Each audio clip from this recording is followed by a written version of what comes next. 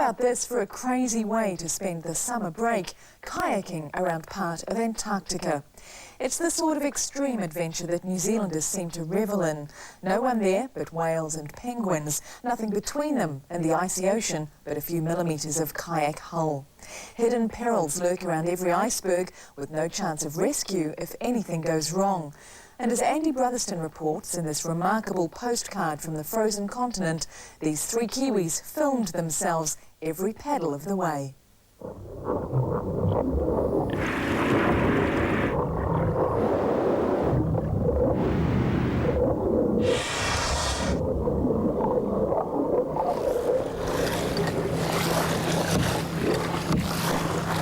Summer, December 2000. Three Kiwi kayakers are having a last practice paddle around the Waitemata harbour. Within a month they will be in the coldest place on Earth, paddling down the Antarctic Peninsula to the Circle. It's an uncharted route. No one has done it before. And the reason why? Well, there isn't one. Why not? If it's an opportunity to, something waiting to be done, it's like, yeah, great. But adventure and danger are compatriots. In this macho world of outdoor pursuit, to dwell on dying is not done. In terms of what? Writing a will, saying goodbye, that sort of thing.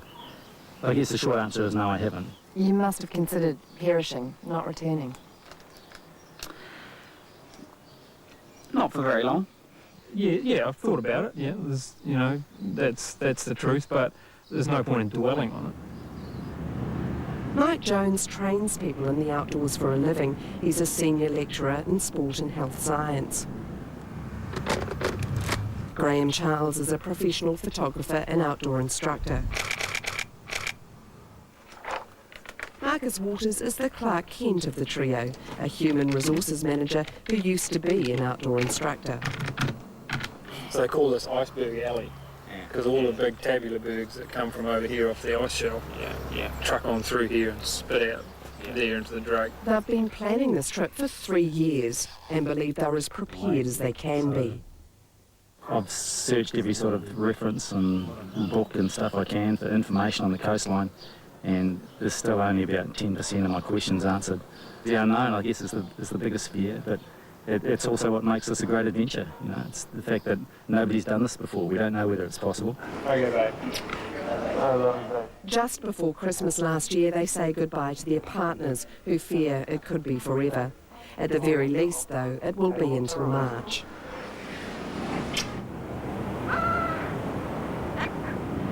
A bleak marina in southern Argentina is the departure point, the last civilized place the kayakers will see for 2 months.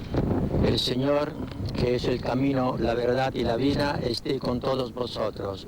A Catholic priest blesses their expedition. Whoa. Before the kayaking can begin, there's a 1,300-kilometre boat trip south. Past Cape Horn, across the Drake Passage, the most feared waterway in the world. 6 days later, Esperanza is in sight, a Chilean-owned base at the tip of the peninsula. Hope Bay is ground zero. The kayakers' mission is to paddle 1,200 kilometres down the coastline to the Antarctic Circle. Okay, we wanted to paddle in Antarctica. We're getting it. We got snow. We got cold. Just loading up some food here. At least we don't have to worry about refrigeration.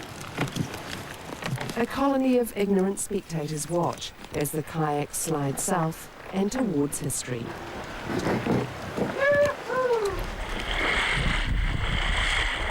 Despite it being summer, they immediately encounter sleet and sloppy seas.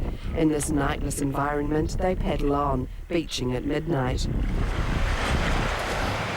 Then the crucial search for water begins. An easy task, you would think, on this vast expanse of frozen water. So all the snow around here is all foul because of the penguin colony, and it all smells like rotten fish. So we're going to try this water that's in the ocean here, which must have come off a glacier. It must be fresh water. Looks like fishing. Water is critical. Without the ability to melt ice, they estimate they would be dead from dehydration within days. But the broken glacier that quenches their thirst now freezes to strand them. Well, I don't know how we're going to get out of here. We came in last night just before midnight, and our little alcove here was fully clear, and now it's been choked up with brash ice, and there's some huge big bergs and growlers. We're trapped right at the moment. We're trapped. A frustrating start. They're stuck in the tent for 2 days.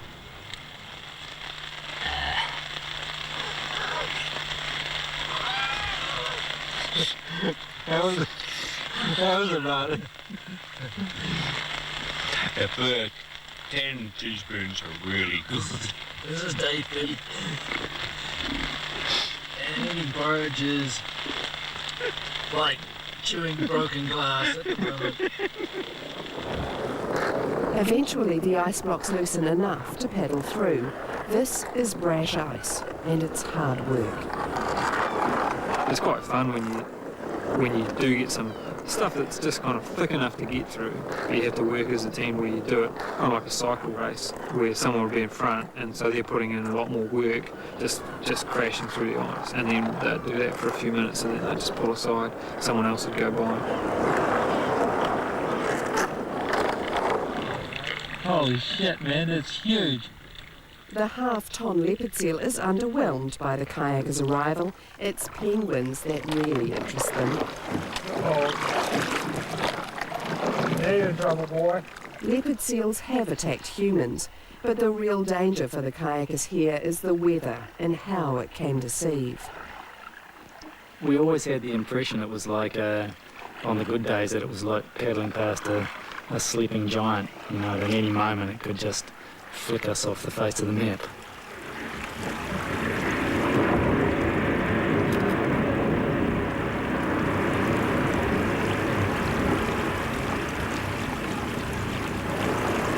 Another one caught. For a team of tiny kayaks, the biggest threat is the katabatic wind, which comes on the calmest of days. It's a dense and turbulent air surge that pushes down from the plateau, taking everything in its path. A kayak caught in it would be tumbled over and over, out into the ocean like a rip. The fear's got a long time to gnaw away at you. We never talk about it, but you see it in each other. People's nervous glances over their shoulders at the clouds, or looking inland to the ice cliffs and where the catabatics come from.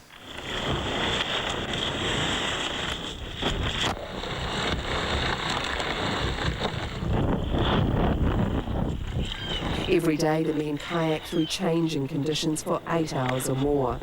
That's Tadpole Island over there. Yeah. The slow speed and rhythm of the paddle gives them hours to think. You get a lot of time to worry about what might happen. 3 or 4 hours at a stretch, you'd just be paddling across the mouth of a bay, hoping that this wasn't the day that the catabatics were going to come. Pulling into shore is also potential for disaster. That almost came when Marcus attempted to land at Cape Bellew. So I was there sitting in the bay and I saw these big rollers coming on in, and I thought, oh no, what am I going to do here? So I quickly tried to sweep the nose of the boat round.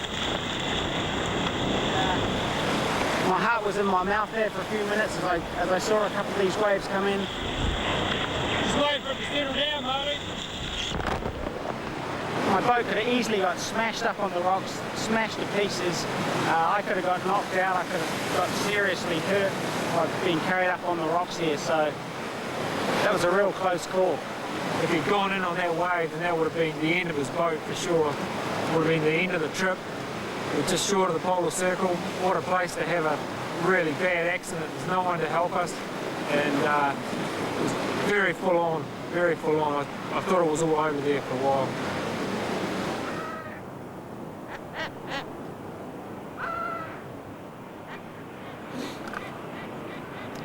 Pay an awful lot of money to see that, really.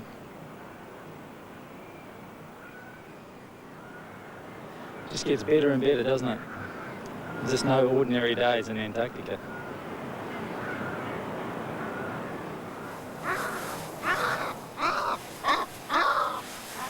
next time we've got to bring some skis. The adrenalised day builds their enthusiasm for the last leg to the Polar Circle. But again, they find themselves tent-bound. The only other thing that is missing from my life. Why am I eating my dinner with your socks hanging out? Oh, come on, yours were hanging up there last night. Yeah, but you weren't eating your dinner. And, well, at least mine don't stink. You know what they say about a dog and its own sin? Smells to me like that thing.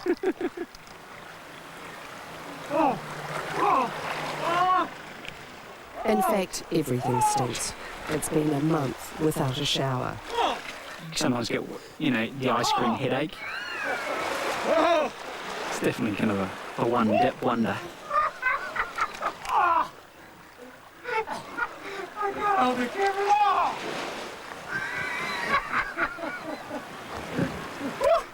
2,000 kilometres from civilization, you could expect penguins to be their only witness. But occasionally in summer, cruise ships can come this far south. It's like quite a few hundred people on this one. They're the first people they've seen for 2 weeks.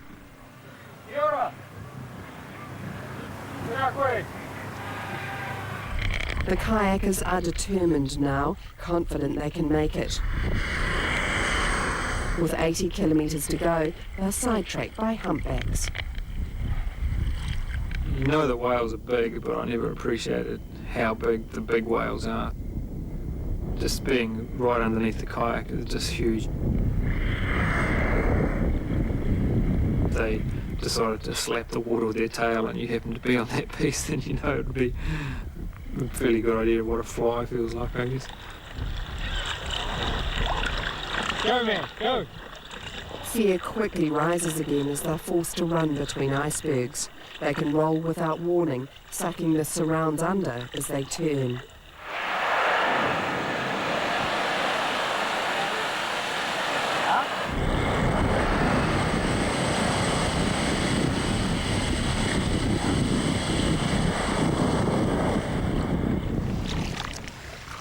For over a month they've kayaked south, an intangible paddle from point to point, just because they could.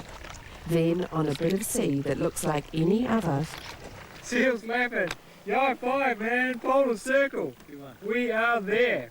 That's it, 66 degrees, 30 minutes south. I don't see a circle, but good job, man. 33 days. 33 days, and no one has done this before. No one has been here before in a kayak.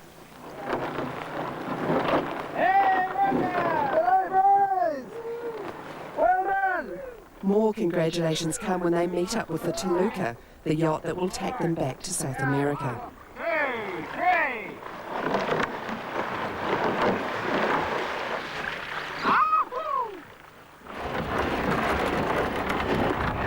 They thought the hard work had been done, but the worst is yet to come. Where are you? Somewhere in the middle of the Drake Passage. And my stomach's not feeling as good as my mind is. A month in a sea kayak, but they don't have sea legs. The week-long crossing of the Drake Passage becomes their next challenge. In the most exposed waters, in the middle of the night, they rip a sail. Within 24 hours, they blow up the motor. Just as they enter the narrow Beagle Channel to Argentina, their radar fails. Then they miss a crucial tack. Drifted sideways into the beach here, so we're aground, the keel's stuck in the sand, and we're just bouncing our way back along the beach and hoping that we might